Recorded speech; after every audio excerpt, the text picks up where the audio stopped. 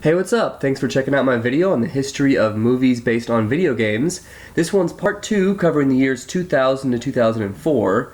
In my first video, I covered how the 1990s saw the beginning of video game adaptations to film, and had a couple big hits such as Street Fighter and Mortal Kombat. However, in the next decade, video game movies saw an increased mainstream acceptance with huge hits from equally big gaming franchises like Resident Evil and Tomb Raider. The early half of the 2000s doesn't feature the glut of video game adaptations that we saw in later years, but it definitely set the course for what was to come. The first one of the decade was in 2000 with Pokémon the Movie 2000, an animated version of the incredibly popular RPG series published by Nintendo and developed by Game Freak. It was the second animated film based on Pokémon. In Japan, the film was released in 1999, but it came out in American theaters on July 21, 2000. Kunihiko Yuyama was a director, and he was mainly known for his work in the Pokémon franchise. The first live-action video game adaptation of the decade came in 2001, Lara Croft Tomb Raider, starring Angelina Jolie in the title role. Tomb Raider also featured her father, Jon Voight, and Ian Glenn, who later played Jorah Mormont on Game of Thrones. Daniel Craig also appeared in one of his earlier roles. At the time, Tomb Raider was the highest grossing action film with a female lead, unless you count Terminator 2 Judgment Day. The movie made $274 million worldwide on a budget of $115 million, easily making it a success. Despite the film's financial success, the critical reception was much worse. On Rotten Tomatoes, its score is currently at a rather low 19%, and it was even nominated for a Razzie Award for Worst Actress. However, in my opinion, as far as video game adaptations go, it was one of the better ones. It was decently entertaining as a summer popcorn flick, and that's all it ever intended to be. There was another big game movie in 2001, but it was made entirely with computer-generated animation. That film was Final Fantasy: The Spirits Within. Like Pokémon and Tomb Raider, this was based on an incredibly popular series in Final Fantasy. It was very expensive, with a reported budget of around $137 million, but it flopped at the box office, making only $85 million worldwide. Part of the large budget went to paying the big names that supplied the voices, such as Alec Baldwin, Ving Rhames, Donald Sutherland, Steve Buscemi, and James Woods. Another big chunk was surely spent on the state-of-the-art computer animation, as it was considered to be the first feature film with, quote, photorealistic CGI. The Final Fantasy games are, for the most part, unrelated to each other except for thematic connections, and the film was the same in that it wasn't directly related to or based on any specific Final Fantasy game. In my opinion, this may not have been the smartest decision. It might have been better to adapt one of the games directly. A couple other minor game adaptations came out that year as well. One of them was the third Pokémon film, Pokémon 3, the movie Spell of the Unknown. Like the previous entry in the franchise, it was directed by Kunihiko Yuyama and featured a 20-minute short at the beginning called Pikachu and Pichu. The other was Sakura Wars, the movie, based on the visual novel series of the same name that has appeared on the PlayStation 2 and the Nintendo Wii. The only big video game film of 2002 was the smash hit Resident Evil, adapted from the famous survival horror series by Capcom. The director was Paul W.S. Anderson, who had also directed the 1995 video game adaptation Mortal Kombat, as well as the 1997 science fiction film Event Horizon. He would later go on to direct Alien vs. Predator and 2 sequels in the Resident Evil franchise.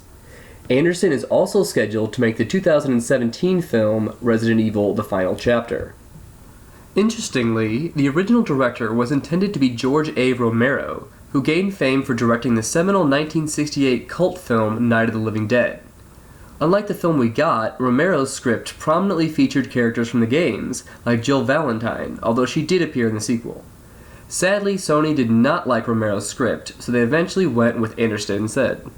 The cast included Mila Jovovich from The Fifth Element as the main character Alice, who was not in the games, as well as Michelle Rodriguez and James Purefoy. Resident Evil was popular with audiences, but it has a rather low score of 33 on Metacritic. 2002 also saw the American release of Pokémon Forever. Yuyama again returned to direct, and this entry was the first in the series that was released by Miramax in the United States as opposed to Warner Brothers. The biggest example of 2003 was Lara Croft Tomb Raider: The Cradle of Life, a sequel to the 2001 movie. Angelina Jolie, of course, returned as the title character. The supporting cast included Gerard Butler in the early stages of his career, Till Schweiger, who later appeared in the Quentin Tarantino film *Inglourious Basterds*, and Djimon Hounsou. The sequel had a smaller budget than the original at only $95 million, but also made less money, grossing $156 million compared to the first's $274 million. Furthermore, it was much more ridiculous than the first one, as it featured a scene where Lara Croft punches a CGI shark in the face and then rides it to safety. The worst video game adaptation of this era was, in my opinion, clearly House of the Dead, directed by the infamous Uwe Boll. House of the Dead was actually the first of many painfully bad video game movies that Boll would become known for making, such as Alone in the Dark, Postal, Blood Rain, and Far Cry. Everything about this movie was terrible and over the top, from the cringeworthy acting to the cheesy dialogue.